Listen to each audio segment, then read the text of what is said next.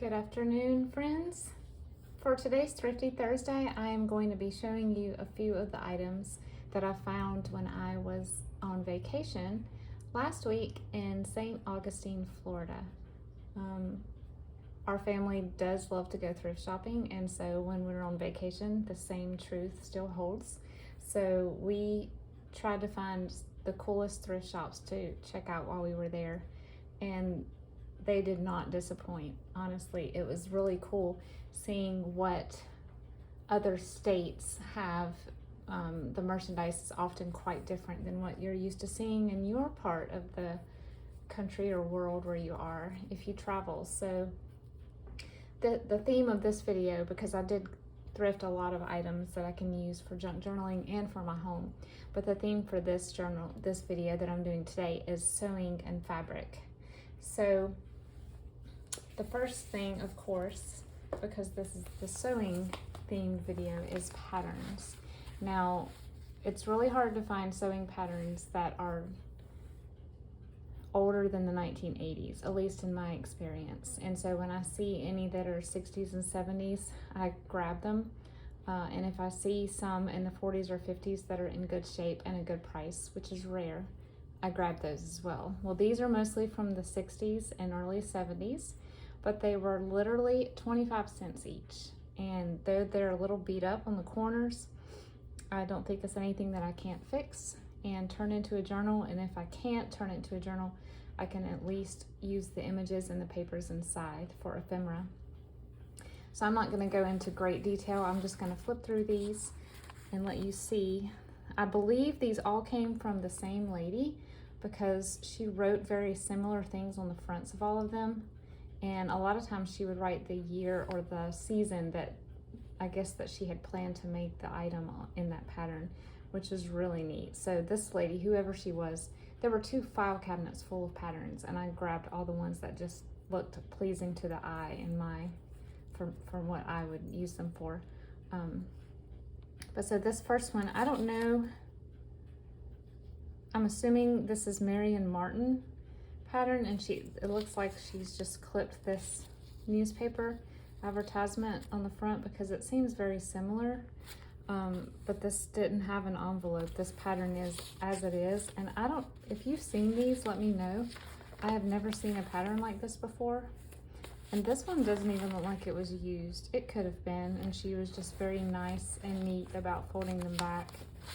But that's the first one. And then this one says September 1968. We've got 3 pretty summer outfits on here. So right here it says make something house, long skirt and sleeve.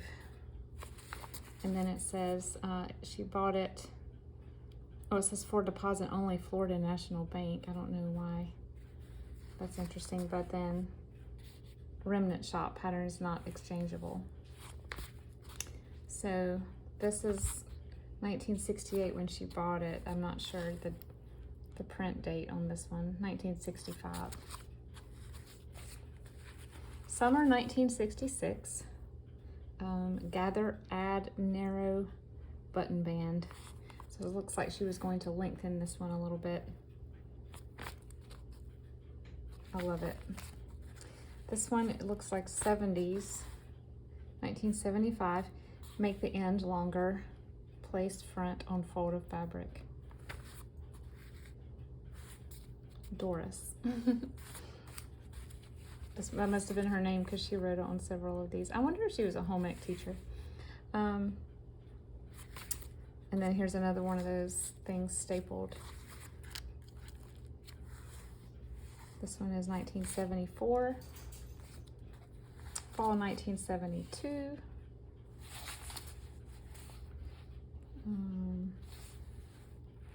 Butterick, no date on this one.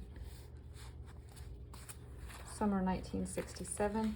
I don't normally get McCall's because they don't make the best shape of a journal. They're much harder to make into one, but I can amend it so that I can, and if not, like I said, I can use these as fussy cut images for embellishing.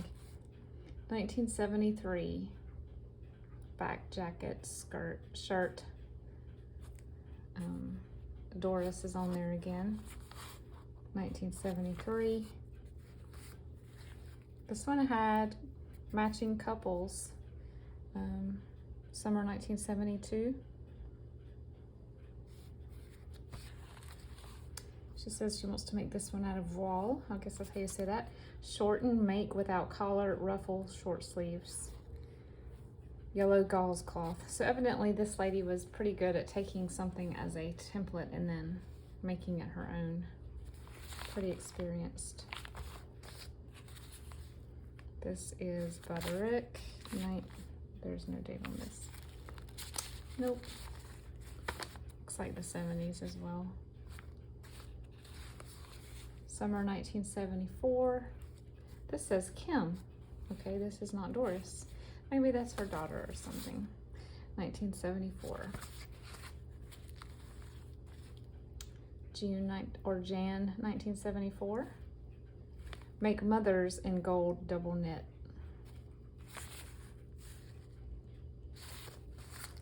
$1970. She's got that headband going on. 1973 December long dress. So she was going to lengthen that as well.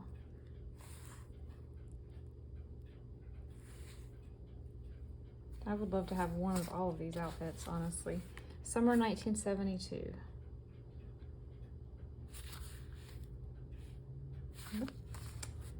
1970. Summer and fall. 1973. Refer to Simplicity 4222.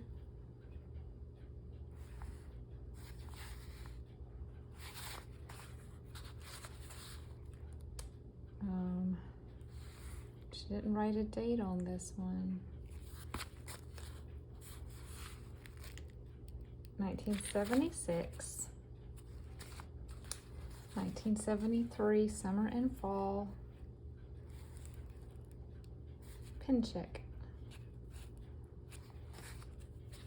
These robes are amazing. 1973. I guess they're robes. This might be a dress. I don't know. This is robe. And the last one is Phelps Incorporated, Ocean Street. No date. So I was super excited about this. I'm happy with, I think I got 17 patterns, something like that. The ones I left behind were mostly 80s, 90s, or just not, you know, not the styles I was looking for, or in really rough shape, falling apart. So that was a neat find. Okay, one of the shell shops that we went to, you know, you always have to go in a shell shop, had bags of buttons that had been found on the beach. And they're pretty vintage, but I just think it's neat that they found these on the beach when they were scouting for shells. So there's a lot of different, mainly black, white, red, and a couple of blue in here.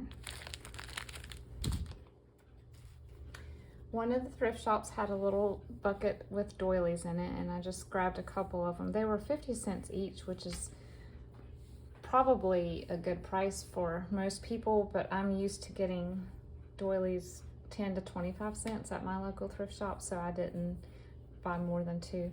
But I thought this would be fun in either a baby journal or a 1950s journal. And then this had tulips on it, and you don't see tulips really often embroidered, so I grabbed it. And it's just an unusual shape. It'd be neat to wrap around the edge of one. I found this very long, very large amount of pink lace that is it's just not a unique type of lace. Very light pink, almost like a dusty pink. And this entire holder was $1, so I grabbed that. I love cloth napkins. We use them as a family, and so I haven't decided if we're actually going to use these or if I'm going to source them for journals. I might use these and use these for journals because they have strawberries on them. and there's some holes in these. The other ones are in better shape. So I thought it'd be neat to fussy cut and then applique some of this on a strawberry journal or a recipe journal. These were either 10 or 25 cents each.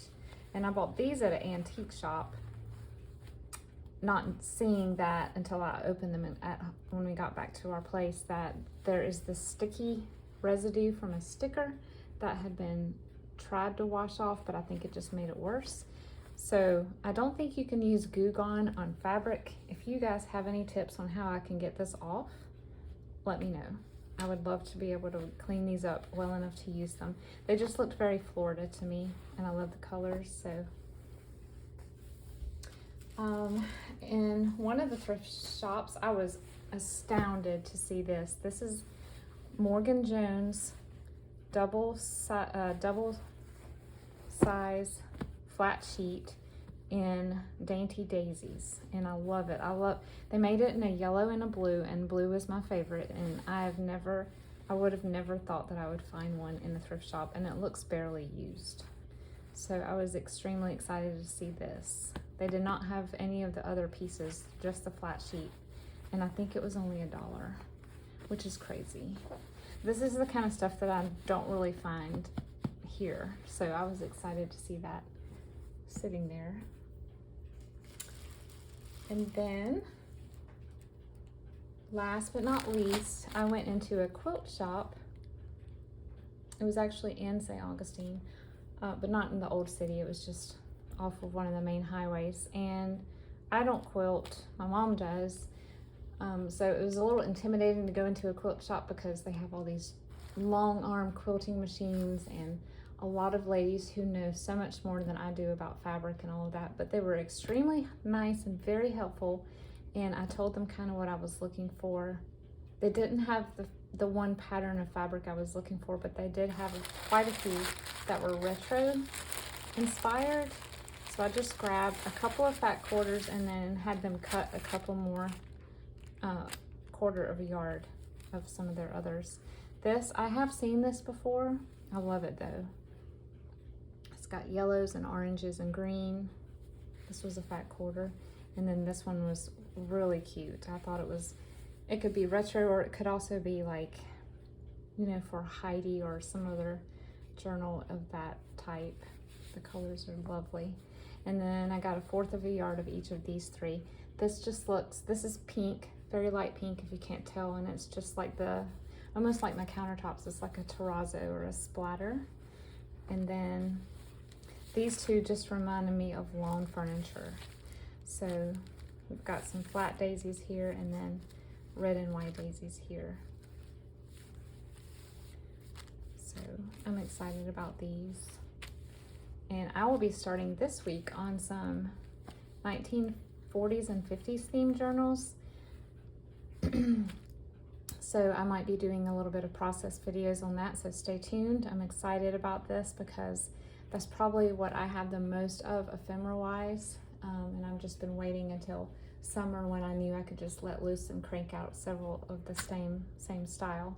So I appreciate you watching today, and head over to Sheree at Turquoise Dreaming for more Thrifty Thursday hauls so that you can see what other junk journalers and thrift-loving gals and guys like to bring home and share with everyone. And I will talk to you soon. Bye-bye.